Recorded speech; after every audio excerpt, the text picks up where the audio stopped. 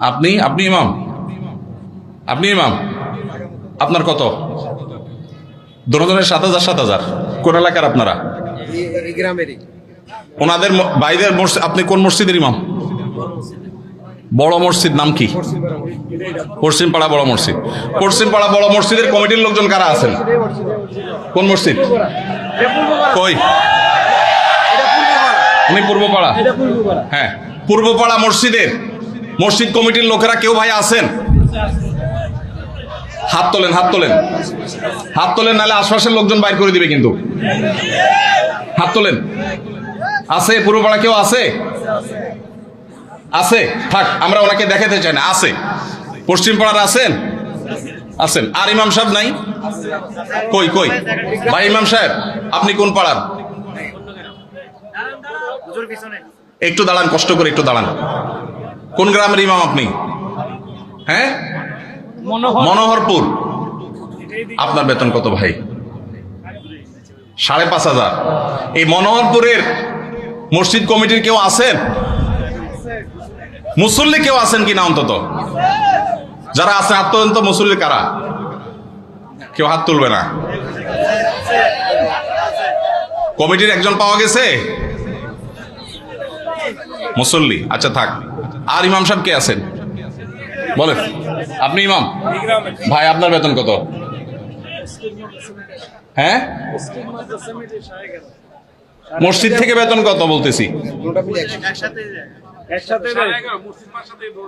মসজিদ মাদ্রাসা দুই ডিউটি বেতন 11.5। তার মানে আমরা যদি 5.5 ধরি, তাহলে 5.5 মসজিদ থেকে বলা যায়। 5 ওয়াক্ত নামাজ পড়ান, ইমামতি করেন, 5 ওয়াক্ত নামাজ পড়ান, 5,500 জুমা সহ। আপনার কোন এলাকা? এই গ্রামের নাম বলেন? ডুলিপাড়া। কই মাহফিলের আয়োজক কারা? সামনে আসেন না, সামনে আসেন। কই পোস্টার কই? নাম বলার আগে সামনে আসেন। নামই নাই, চালাকেরা।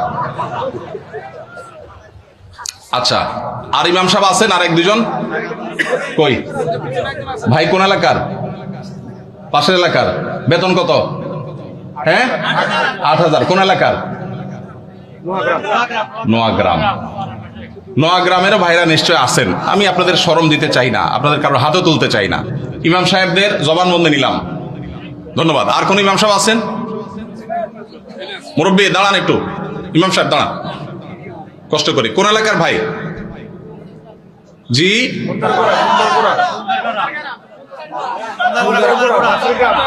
এতজন বললে কেমনে বুঝবো? খুন্দারপাড়া, খুন্দারগড়া। ওকে, আপনার পাশের গ্রাম। আপনার বেতন কত ভাই? 6,000। বসেন ভাইরে।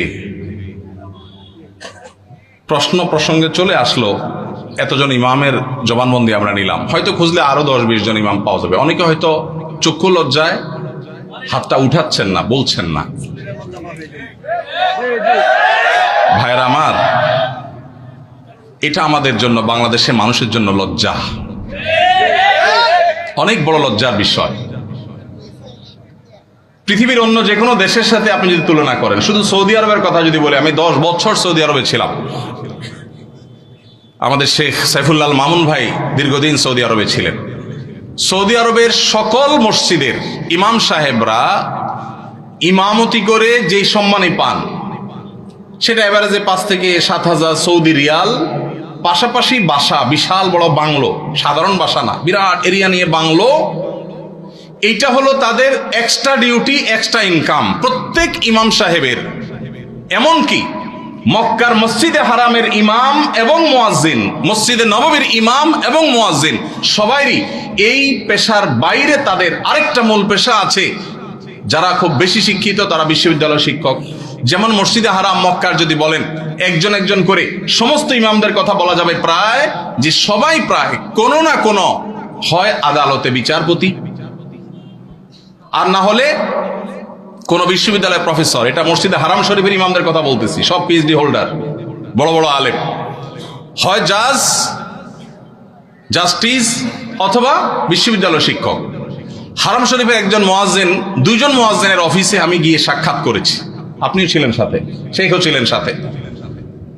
এক বাংলাদেশি ওই মুয়াজ্জিন সাহেব, হারাম শরীফের মুয়াজ্জিন, ওনার খেদমত করে। আমাকে বলে যে, আমরা হোটেলে ছিলাম, বলো যে ভাই আমি তো হারামের মুয়াজ্জিনের খেদমত করি, ওনার অফিসে চাকরি করি, টি বয়, বাংলাদেশি ভাই।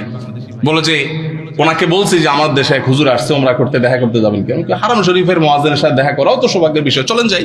গেলাম, যায় দেখি একটা কোর্টে উনি একটা সাধারণ একটা ডেস্কে চাকরি করেন, হারামের মুয়াজ্জিন। আমরা যদি বাইতুল মুকাররমের মুয়াজ্জিন হইতাম তো আমাদের ঠেলা তো মানুষই টিকতো না, আবার চাকরি করা। হারামের মুয়াজ্জিন, যে বেতন, যে প্রটোকল, যে সম্মান, আবার চাকরি করা লাগে, কিন্তু করতেন। পাড়া মহল্লার যে সমস্ত মসজিদের ইমামরা, মুয়াজ্জিনরা, তারা সবাই হয় পুলিশে চাকরি করে, আর না হলে কোনো স্কুলে তারা শিক্ষকতা করেন। বেশিরভাগ এই দুই ক্যাটাগরিতেই থাকেন। আমি সৌদিতে যে বাসায় ছিলাম, আমার বাসার পাশের মসজিদ, যে মসজিদে 5 ওয়াক্ত নামাজ আমি জামাতে পড়ার সুযোগ পেতাম, সেই মসজিদের ইমাম সাহেব, তিনি বিরাট বড় শিল্পপতি, অনেক ব্যবসা প্রতিষ্ঠান তার, অনেকগুলো বড় বড় চেইন সব super market, Dahiya super market নাম, বিরাট নাম করা দাম্মামে। ভাইরে, ইমাম সাহেবদের অন্য বড় বড় চাকরি এবং ব্যবসা থাকার পরও মসজিদ থেকে তাদেরকে বাংলো এবং বিরাট বড় সম্মানে দেয়া হয় সৌদি আরবে। আপনি বলবেন সৌদি আরব মানুষের বেতন অনেক বেশি, বেতন অনেক বেশি এই জন্য বাড়ি অনেক বড়টা দেয়, বেতন অনেক বেশি এই জন্য টাকা, বাংলাদেশি টাকায় 1.5 লাখ 2 লাখ দেয়, এটা হলো সেকেন্ড ইনকাম, তার ফার্স্ট ইনকাম আরেকটা আছে। তাই বলে আপনি 5-6 হাজার টাকা দিবেন? ঢাকা শহরের কাজের বুয়াদের বেতনও 5-6 হাজার টাকা নাই অনেক বাসায়। ঢাকা শহরের কাজের বুয়ারাও মাসে 10,000 15,000 টাকা কামাই করে। ঢাকা শহরে কোন দারোয়ানের বেতন 5,000-6,000 টাকা নাই, কোন পিয়নের বেতন 10,000 টাকার নিচে নাই। সেখানে কুমিল্লা শহরের কাছে, এটা সদর থানা এবং শহরের কাছে, এই জায়গায় 5-7 হাজার টাকা আজকালকার বাজারে চাউলের টাকা জোগাড় করা অত কঠিন হয়ে যায়। এই ইমাম সাহেব আবার যখন কোন একটা কাজ করতে যাবেন ইমামতির পাশাপাশি, বলবে হুজুর আমাদের দুনিয়াদার হয়ে গেছে, হুজুরদের দুনিয়ার লোভে ধরছে। এক বেটা, তার মসজিদের মুসল্লিরা ইমাম সাহেবকে এরকম খোঁচাইতো, বেতন দেওয়ার নাম নাই, ইমাম সাহেব আর কিছু করলে ডিস্টার্ব করত। তো ওই মসজিদে একজন ভালো মানুষ ছিল, উনি বললেন হুজুর আপনাকে আমি ওই যে মসিরা যে জুতা পলিশ টলিশ করে ওরকম একটা বাক্স কিনে দেব, সাথে রং টং যা লাগে, ডাস্টার, ব্রাশ, এগুলো সব দিয়ে দিব।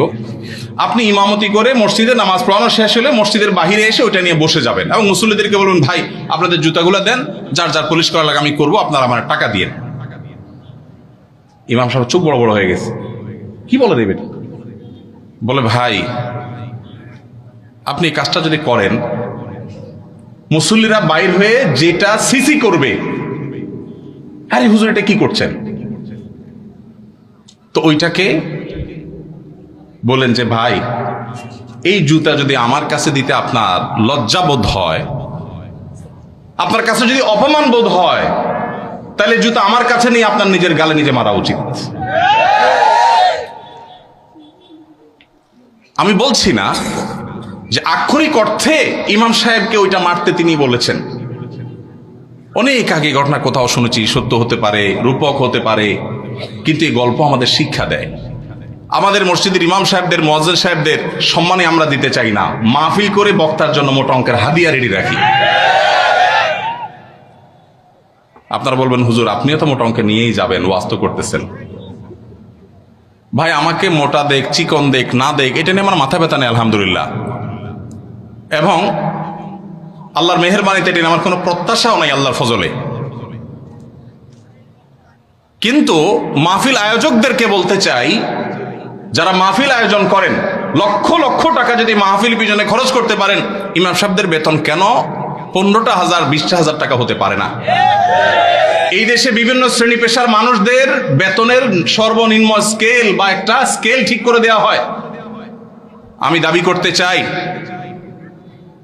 আমাদের রাষ্ট্রের উচিত, রাষ্ট্র নিজে ইমাম সাহেবদেরকে মূল্যায়ন করতে না পারলেও মিনিমাম যেন তাদের একটা সমাজে সম্মানজনকভাবে চলতে পারে, সেজন্য তাদের একটা সম্মানজনক বেতনের স্কেল ঘোষণা করা হোক। আর সমাজের যারা বিবেকবান মানুষ, আল্লাহর হস্তে তারা ইমাম সাহেবদের সম্মান দেওয়া, মর্যাদা দেওয়া শিখবো তো ইনশাআল্লাহ। আপনারা এলাকায় মানুষ যারা আছেন, প্রশ্ন প্রসঙ্গে হয়তো আপনাদের ইমাম সাহেবদের বেতনগুলো আমরা জানতে পারলাম, আপনারা মনে কষ্ট নেবেন না। আপনাদেরকে ছোট করা আমার উদ্দেশ্য না। আমার উদ্দেশ্য হলো আমাদের বিবেকগুলোকে জাগ্রত করা। কোনো মসজিদ কমিটির লোকজন যদি এখানে থাকেন, তাহলে আমি আপনাদেরকে বলবো, এমনকি মুসল্লি ভাইরা যারা আছেন তাদেরকে বলবো, মসজিদে গিয়ে এটা নিয়ে দাবি তুলবেন, ইমাম সাহেবের সম্মানজনক বেতন নিশ্চিত করতে হবে ইনশাআল্লাহ। কোনো মুসলমান সমাজে এটা হতে পারে না। সৌদি আরবের কথা আমি বলেছি, সৌদি আরবেরটা আমি কাছে থেকে দেখেছি, এই জন্য আমার মনে হয় না পৃথিবীর অন্য কোনো মুসলমান সমাজে মানুষের গড়ে একজন রিক্সাওয়ালাও 10,000-এর বেশি ইনকাম করে, সেই সমাজে ইমাম সাহেবের বেতন 4,000-5,000, এটা কোনোদিন গ্রহণযোগ্য হতে পারে না। আপনাদের এই ঢুলিপাড়ায়, কুমিল্লায় আপনারা যদি সারাদিনে আর কোনো কাজ না, একটা কাজই শুধু করবে, এরকম একজন অশিক্ষিত, শিক্ষা বঞ্চিত মানুষকেও নিয়োগ দেন, তারপরেও তো 4-5 হাজার টাকা পাবেন না। কিভাবে একজন ইমামকে আপনারা 5,000 টাকা বেতন দেন? কোন মসজিদের দায়িত্বশীল ভাইরা আছেন যে আপনারা তওবা করবেন যে ইমাম সাহেবের বেতন 10-এর উপরে উঠাবেন? কেউ আছেন? ইনশাআল্লাহ। থাকলে পার্টিকুলার কেউ থাকলে বলেন, কেউ আছেন? সভাপতি সাহেব, সেক্রেটারি সাহেব যদি থাকেন যে আলোচনা করবেন, অন্তত এ ওয়াদা করবেন। আপনি কোন মসজিদের নাম বলেন? নোয়াগ্রাম। এখন বর্তমান বেতন কত ইমাম সাহেবের? উঠছেন যেহেতু জিজ্ঞেস করি। 7,000। এখন নিয়ত করছেন কত দিবেন? 25 সাল থেকে। 25 সাল মানে এখন তো 25 শুরু হয়ে গেছে। 10-এর প্রস্তাবনা আছে। মাশাআল্লাহ, মাশাআল্লাহ। ভাইয়ের মসজিদ কোন এলাকা? নোয়াগ্রাম চৌধুরী বাড়ি। আপনি কি কমিটির? সেক্রেটারি। আর আমি খতিব ফ্রি পড়াই আর কি। ভাই কমিটি সেক্রেটারি, ওনার মসজিদের ইমাম সাহেবকে ওনারা এই মাস থেকে 10,000 টাকা দেওয়ার নিয়ত করেছে। বলে আলহামদুলিল্লাহ। আমরা বলবো 10,000 নয়, যেহেতু এখন একবার বাড়াইছেন ভালো কথা, 6 মাস পরে বা 1 বছরের মাথায় 15,000 টাকা করবেন ইনশাআল্লাহ। যখন ওরা সেটারও নিয়ত করবেন। নোয়াগ্রামের ভাইয়েরা আপনারা দেখে শুনে রাখেন, কিন্তু রাগ করেন নাই তো আবার? জাযাকাল্লাহ খাইর। আর কোন কমিটির ভাইরা আছেন যে নিয়ত করবেন, নিয়ত চেঞ্জ করবেন? বলেন দেখি, বলেন। আজকে ভিন্ন কালেকশন হোক, বউ কালেকশন হইতে করলাম। ভাই কোন মসজিদে বলেন? জি মাশাআল্লাহ, 10,000 রানিং দিচ্ছেন। একটা ভালো উদাহরণ পাওয়া গেল। মাশাআল্লাহ, মাশাআল্লাহ, ভালো উদাহরণ আছে। কোন এলাকার? আলমপুর। কিন্তু 10,000 টাকা তো যথেষ্ট না ভাই। কবে নাগাদ আনুমানিক একটা আইডিয়া দেন না? আইডিয়া দেন না? আলাপ করতেই তো দিবেন, আপনি তো একা দিবেন না। অন্তত প্রস্তাবনা দিয়ে, যে মাহফিল থেকে হুজুররা প্রস্তাবনা দিছে, অন্তত 15,000-এর ভিতরে রাখেন, 12 থেকে 15 ভিতরে ইনশাআল্লাহ। কবে নাগাদ? আলোচনা সাপেক্ষে। ঠিক আছে। আপনি মসজিদ কমিটির কি? সেক্রেটারি সাহেব। মাশাআল্লাহ, আল্লাহ সেক্রেটারি সাহেবকে তৌফিক দান করুন, বলুন আমিন। একটা ভালো দৃষ্টান্ত। ভাইরা 10,000 দিচ্ছেন, মাশাআল্লাহ, কিন্তু 10,000 যথেষ্ট না ভাই। 10,000 যথেষ্ট হতে পারে না। আল্লাহ তাআলা আমাদেরকে উলামায়ে কেরামের, মসজিদের ইমাম সাহেবদের মূল্যায়ন করার তৌফিক নসিব করুন। আমি ভাই একাধিক মাহফিলে এমন ঘটেছে যে মসজিদে গিয়ে ইমাম সাহেবদের বেতন কম, এটা ব্যক্তিগত আলোচনা জানতে পেরেছি। আমি আমার মতো করে কমিটির ভাইদেরকে দাওয়াত দিয়েছি এবং বোঝানোর চেষ্টা করেছি। আমরা মাহফিলের জন্য যদি লাখ লাখ খরচ করতে পারি, কেন ইমাম সাহেবদের দিতে পারবো না? আল্লাহ আমাদেরকে তৌফিক দান করুন।